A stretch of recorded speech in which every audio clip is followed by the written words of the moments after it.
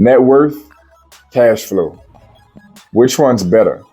Which is a better measure of wealth or a better measure of financial success? Why is it that I promote net worth on this channel and I don't often speak as much about cash flow?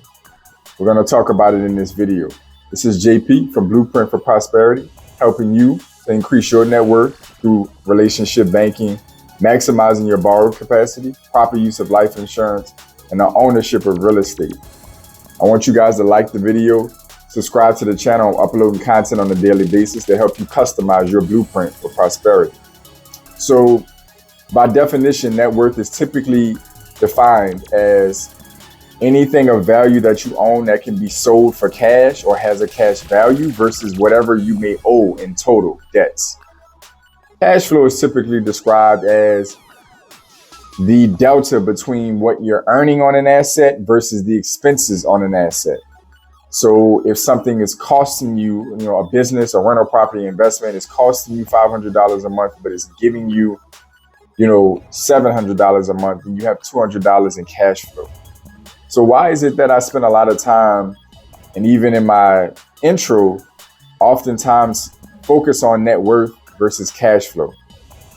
My real estate investors are probably going crazy when I mention net worth, because net worth is typically looked at by some in the financial space as something that it's an arbitrary number that really doesn't signify how well you're doing financially or a good measure of success financially in the eyes of some.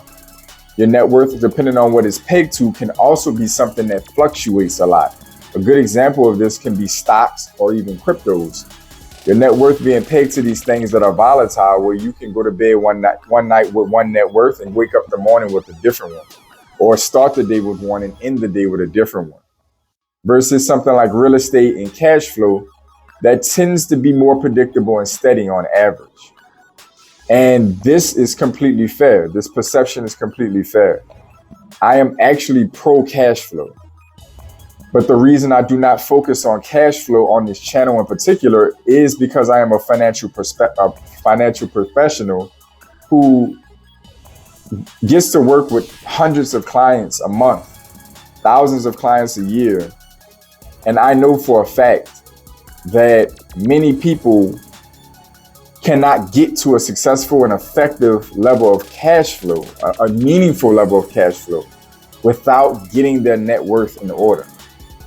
You have a very low chance of having any income producing asset of any significant size if you are negative in your net worth, unless you're a really effective real estate investor or business investor who has more debt than you may have equity and assets. That's a different story. I'm more focused on the working class, middle class American. I'm not really thinking about your super rich, $50 million in real estate, but $75 million in debt on that real estate. I'm not really talking about those types of people. I'm talking more about the everyday American and everyday person anywhere around the globe that is looking to level up their finances. Your net worth is a depiction of your financial stability and also a depiction of your financial literacy. And you need both in order to be an effective cash flow investor. When you think about the type of assets that spit out cash flow, you have to think businesses, real estate, and dividend stocks. That's three big ones that spit out cash flow. It's not the only three, but these are three of the biggest ones and the most common ones that people know of and pursue when they're looking to play the cash flow game. When you think about what it takes to own not only rental real estate, but an abundance of rental real estate in order for it to be a significant enough cash flow for it to be meaningful in your life. When you think about the amount of dividend stocks that you have to earn and how well you understand stocks in order to be a successful dividend investor long term. And when you think about what it takes to be an effective business owner and get a business off the ground or invest in a business that's actually going to give you cash flow back without you maybe not having to trade as much time or hours in to get that cash flow. These are all signs of typically responsible, prudent, and knowledgeable investors on average. in most cases, you're not going to be somebody who's poor with their finances in all these other areas, but you're going to be a phenomenal rental real estate investor or a phenomenal dividend stock investor, but you can't budget. Your bank accounts are in the negative. You have more credit card and student loan debt than you have retirement accounts and savings. When you think about these things, what it takes to be a successful cash flow investor, you typically are going to have a positive net worth to go into that arena. And this is why I emphasize net worth on this channel, because many of you that need the most financial guidance have poor net worth. If you sat down and really took a look at what you owe versus what you own and what cash accumulations you have or investments you have, many of you are not in a healthy spot. And this gives you a very poor foundation when you start talking about, well, I'm going to go out and become a rental real estate investor and invest for cash flow. Well, that's great. But when the lender goes to look at your financials to lend you the loan you need to take down a rental real estate and your net worth is in the negative, i.e.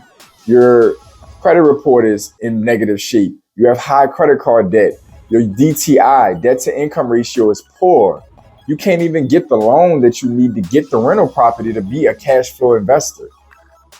And the same applies with stuff like dividend stocks. Dividend stock investing is a different kind of game from just investing in some random ETF or index fund.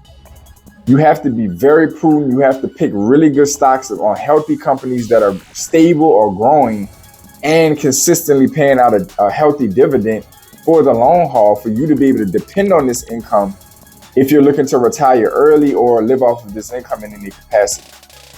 This is a different level of financial efficiency when it comes to cash flow. And this is why I'm promoting net worth, because if you can master your own budgeting, if you can master your own DTI, if you can master your own credit building, if you can master being lendable and bankable, then these tools, being lendable and bankable, is what's going to make you or give you the leverage to be a successful cash flow investor.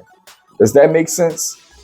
The tools that you need to be a successful cash flow investor are over here on the net worth side.